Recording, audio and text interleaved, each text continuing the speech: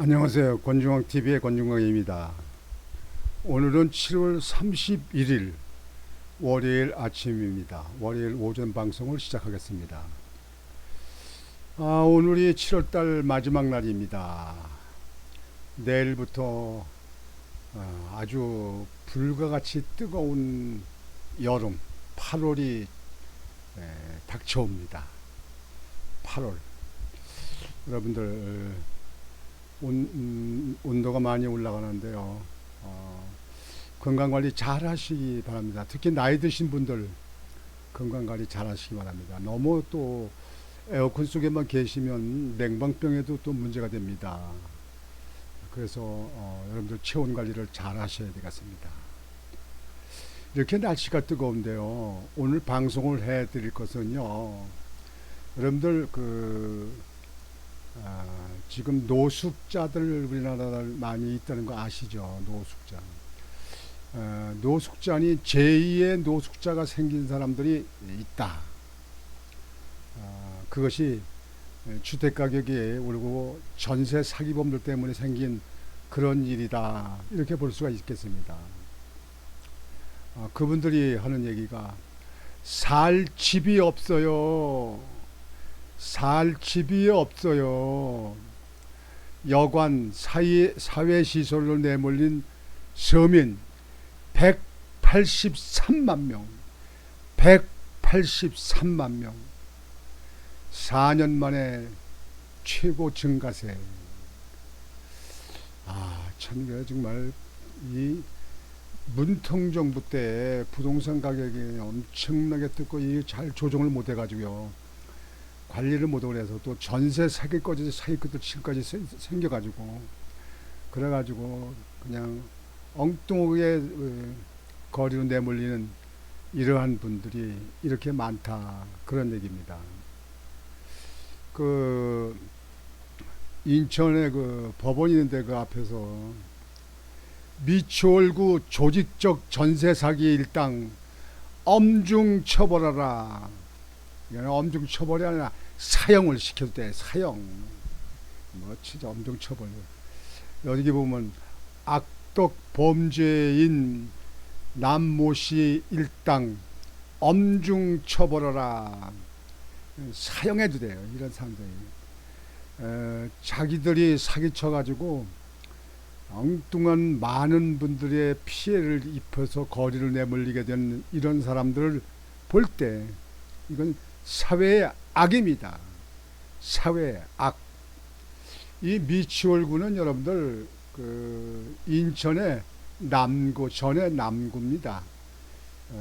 이 남구를 미추홀구로다가 이 구를 바꿨죠.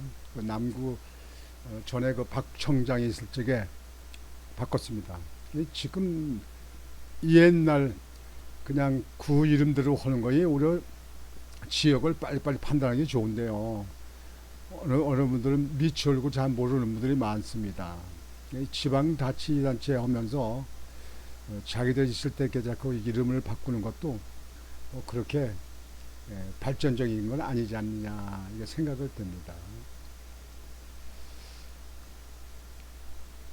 정해진 거처 없이 숙박업소를 전전하거나 사회시설, 비닐하우스 등에서 거주하는 주거 취약계층이 지난해 4년 만에 다시 증가세로 돌아섰다. 30일 통계청 국가통계포털 KOSIS에 따르면 지난해 오피스텔을 제외한 주택 이외의 거처 가구원은 182만 9천 명으로 전년 178만 8천 명보다 4만 1천 명이 늘었다. 2.3%가 늘었다는 얘기예요. 182만 9천 명. 이거 굉장한 숫자인데요. 이분들 얼마나 억울하고 원통하고 속 터지겠습니까? 이러다 보면 또 가정부라도 또 많이 일어나지 않나 생각합니다.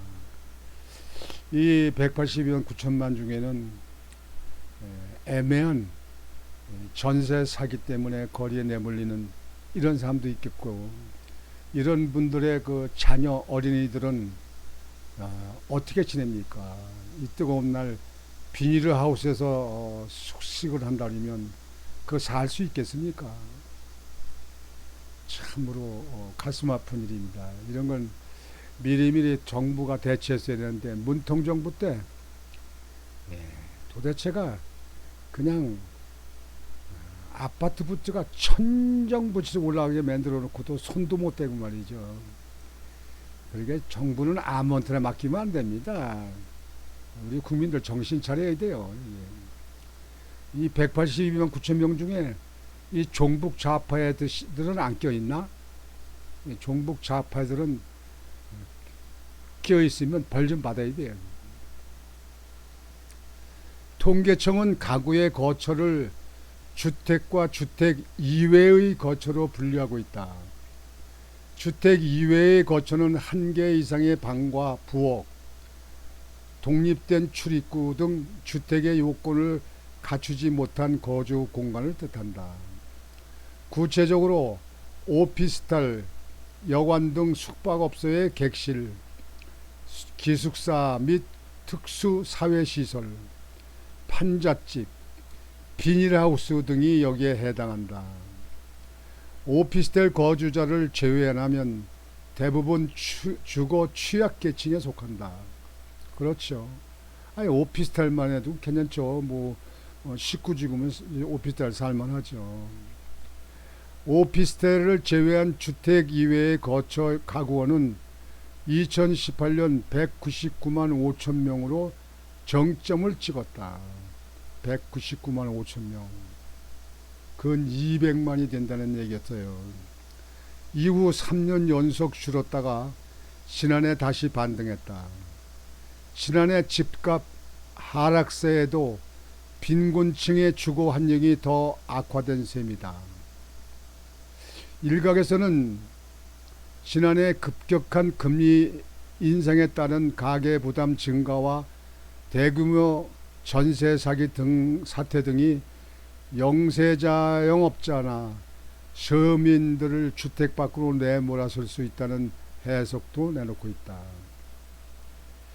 주택도시보증공사가 국회에 제출한 자료에 따르면 지난해 이른바 보증금을 떼먹은 악성 임대인을 뜻하는 집중관리 다주택 채무자의 보증사고 액수는 4,382억 원에 달했다. 와, 4,382억이래요. 그 전세 사기들에 껴있는 금액이요. 그러니 4,300에 해당되는 사람이 얼마나 많겠습니까?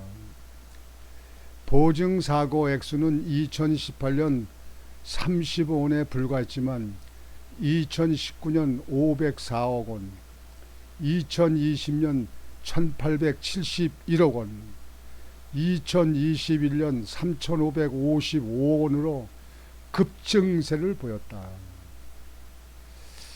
이 전세 사기범들은요, 아주 중형에 처해야 됩니다. 그저 이렇게 사기를 쳐가지고 많은 분의 가족의 눈물을 먹게 만든 이 사기범들은요, 그냥 전제 법대로 했으면 안 됩니다. 이 사람들은 아주 중과라, 아주 중죄인으로 쳐가지고 아예 아주 무기 아니면 사기까지 때려야 됩니다. 그래야 다시는 이 나라에서 전세 사기범은 나오지 않습니다.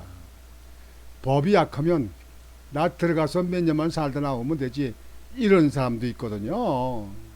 이래서 되겠습니까? 이 나라를 이끌어나가는 정치권이 이런 거는 참 발빠르게 앞서서 대처해야 되는데 말이죠. 재판부도 그래요. 재판부도 이런 데에 대해서는 아주 가중 처벌을 해야 되는데, 그저 금융사고에 대해서는, 금융범죄에 대해서는 솜방망이 처벌을 한다는 거예요. 사회에서 그런 얘기 많이 하더라고요. 그러면 제2, 제3, 제4의 범죄가 나오는 겁니다. 그래서 사법부는 아주 중죄인 가중처벌을 해야 된다고 생각합니다. 난 놀랐습니다. 182만 9천 명이라니요. 이 주택 이외에 뭐 비닐하우스라든가 뭐 이런 그냥 사회시설, 뭐 판잣집, 뭐 기숙사, 뭐 숙박업소 이런 데서 그냥 지내는 사람들이 182만 9천 명이랍니다. 이 더운 날 얼마나 힘들까요? 정부가 여기에 대해서 어떤 구제 방안이 있는지 그것도 좀 노력을 해야 될 것 같습니다. 우선 전세 사기범이라고 하는 건 이 나라 사전에 다시 나오지 않도록 아주 엄중한 처벌이 됐어야 됩니다. 무기 아니면 사형, 무기 아니면 사형, 이렇게 해서 이 나라의 사기꾼들이 없어지게끔 해야 됩니다. 없어지게끔 해야 됩니다. 이 정치적으로도 괴담하고 그저 이 뉴스 거짓말 잘하는 정치권, 괴담 잘 퍼뜨리는 정치권, 이 사람들도요 그 사태를 가지고 따져서 아주 중죄인 처벌해야 됩니다. 그리고 국민들은 선거 때 그 괴담이나 거짓말 뉴스를 한 사람들, 이런 사람들은 아예 낙선을 시켜야 됩니다. 낙선이요. 국민들이 나라는 이렇게 만드는 겁니다. 국민들이요. 지금 윤석열 대통령 같이 이렇게 선출하면 얼마 좋습니까? 그것도 간신이 됐어요. 간신. 0.74%, 24만 7천 표 차이로 간신이 됐잖아요. 그래도 이 나라 지금 윤석열 대통령이 얼마나 세계적으로 한국을 위상을 높이고 안보를 튼튼히 하고 수출을 얼마나 많이 잘합니까?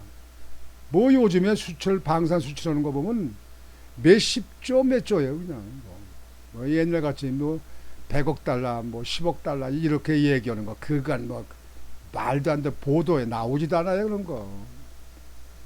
하여튼 윤석열 대통령 참 잘하십니다. 더욱 힘내시고 이 나라를 갖다가 굳건한 반석 위에 올리는 그런 나라로 만드시고, 이 거짓 선동하고 괴담 선포하는 이 정치권도 아주 그냥 철퇴를 가야 됩니다. 이 전세 사기 치는 사람들 아주 철퇴를 가야 됩니다. 그냥 무기징역 아니면 사형, 이렇게 해서 다시는 이런 범죄가 나오지 않도록 해야 됩니다. 법이 강하면요 죄에 안 일어납니다. 죄에 안 일어나요. 오늘 아침 방송은 이것으로 마치겠습니다. 여러분들 7월달 말일 됐는데요. 말일날 정리할 것도 있고 뭐 계산할 것도 많으실 텐데 오늘 마무리 잘 하시고, 덥지만 내일 또 8월달을 또 새롭게 잘 맞이하시기 바랍니다. 어떻든지 이 더위를 이기는 여러분 되시기 바랍니다. 이 더위를 이겨야 그래 선선한 햇바람이 부는 가을을 또 맞이하시게 됩니다. 권중왕TV의 권중왕이었습니다. 여러분 안녕히 계십시오.